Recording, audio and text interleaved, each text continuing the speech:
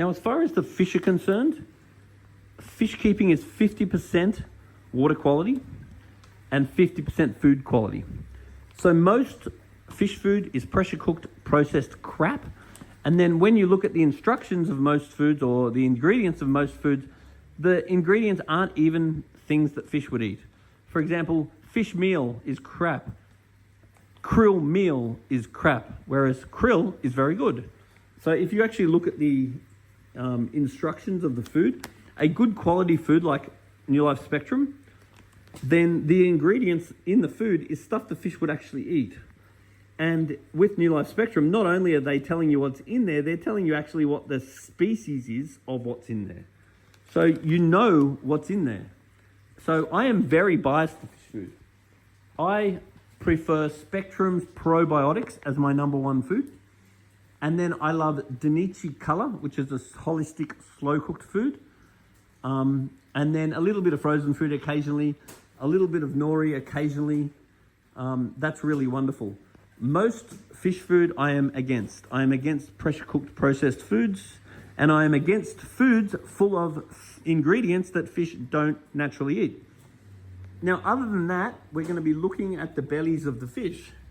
So all in all, these fish are looking pretty good, but it's really important that you understand what your fish should look like.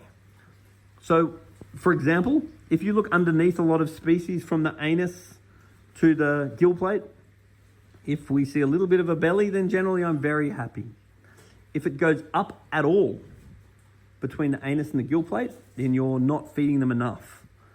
So overfeeding is probably your biggest problem, but underfeeding is equally, it's absolutely a problem. So the next thing is you need to be watching your fish, and remember that there's different size pellets, there's different types of pellets, there's different types of foods, there's floating foods, sinking foods, and you do need to put in something that's going to work for you. For most aquariums, just putting in like a 1 ml crumble of Danichi or Spectrum is usually totally fine. But if you find a particular fish isn't holding weight, you might need to add something else. Because what really counts is what you see. So all in all, these fish are looking great. But the other thing I'm looking for is itching and scratching. I'm not really seeing that on these fish. But if I see itching and scratching, then that's going to stress me out. Having a UV sterilizer is a benefit. It's not a solution, but it's definitely a help.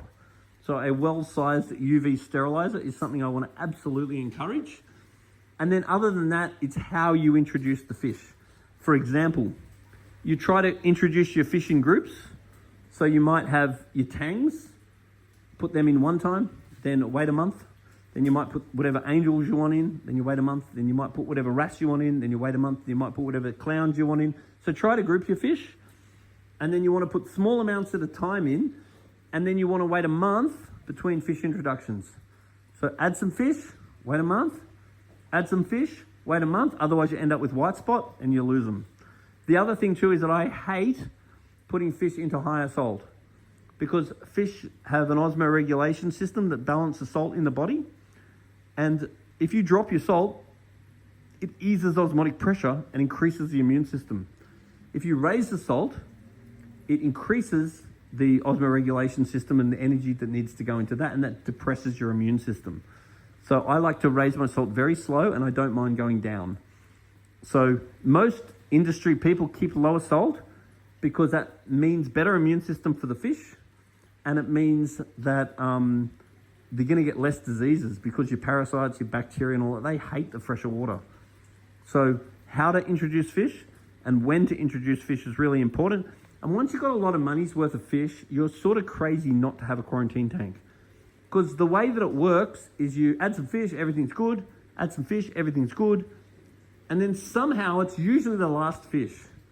Your tank's perfect, you love it, everything's happy. And then you just chuck a fish in and you haven't quarantined it. Maybe you haven't waited a month. Maybe you haven't dropped your salt level before you put the fish in. Fish gets sick and wipes out half the other ones. So be very careful what and when you add as far as your fish are concerned. Now, as far as the light's concerned, we want a maximum of 12 hours a day light. It's better if you ramp the light up and ramp the light down. I would want the blue ending up on basically full. then the other spectrums you can sort of play with to make sure that you're happy with. And as long as the corals are performing, then I'm happy. Otherwise, there are various twigs you can do with your lights. Now, having a top-up system is excellent. Now, things like air conditioners and rooms with a lot of condensation and not enough breathing in the room are things that are going to affect your top-up. So we need to keep this top-up topped up. So in this case, we want to keep the skimmer with a stable water level. And what we don't want to do is just go introducing 20 litres of fresh water at a time. It's better to let the top-up system do it. And just be aware of, I'm just watching this wrasse at the moment. I've watched him just go and roll corals over. So if we have corals that are experiencing just getting rolled over by this guy all the time, we are definitely going to lose some corals. So we really need to keep an eye on this fellow. And any of the corals that he's knocking over, we really need to flip them straight away. And then if we can't secure them, we really need to glue them. Now, the next thing I'll be looking for too is coralline algae. So this tank is relatively new, and I'm actually very happy with this tank. I think that this tank is going very well for its age. But one of the things I'm going to be looking at moving forward is coralline algae, which is that lovely purple that comes in the algae. Now, this aquarium is a bit new for that. And so maybe buying a couple of pieces of live rock that have got some coralline algae on it wouldn't be a bad thing, because we want to at least make sure there's coralline algae in there. But when we start getting good coralline growth, that's when we know we're winning. So as far as giving it time, just making sure our levels are right, making sure our coralline is growing, making sure we're happy with all of the corals and how they're performing, making sure they're grouped properly, making sure they've got good access to the light, and then the next thing is feeding.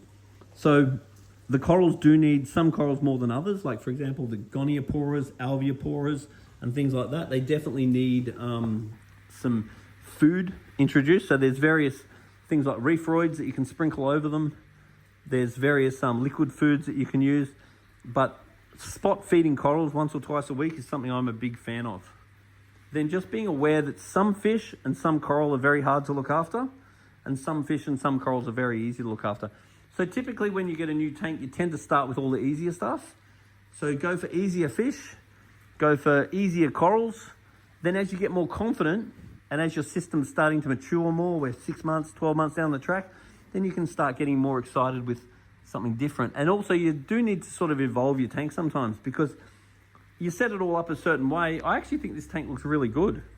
But over time, you've seen that now, and then you'll get to a point where everything's full. And then you might want to add some extra rock in or do something different. And I'm a big fan of doing that, because when you're doing something different, it keeps you interested. Because at the end of the day, it doesn't matter how nice your tank is. If it looks the same, then eventually you do get used to it and you don't tend to look at it as much. So I'm a big fan of change is king.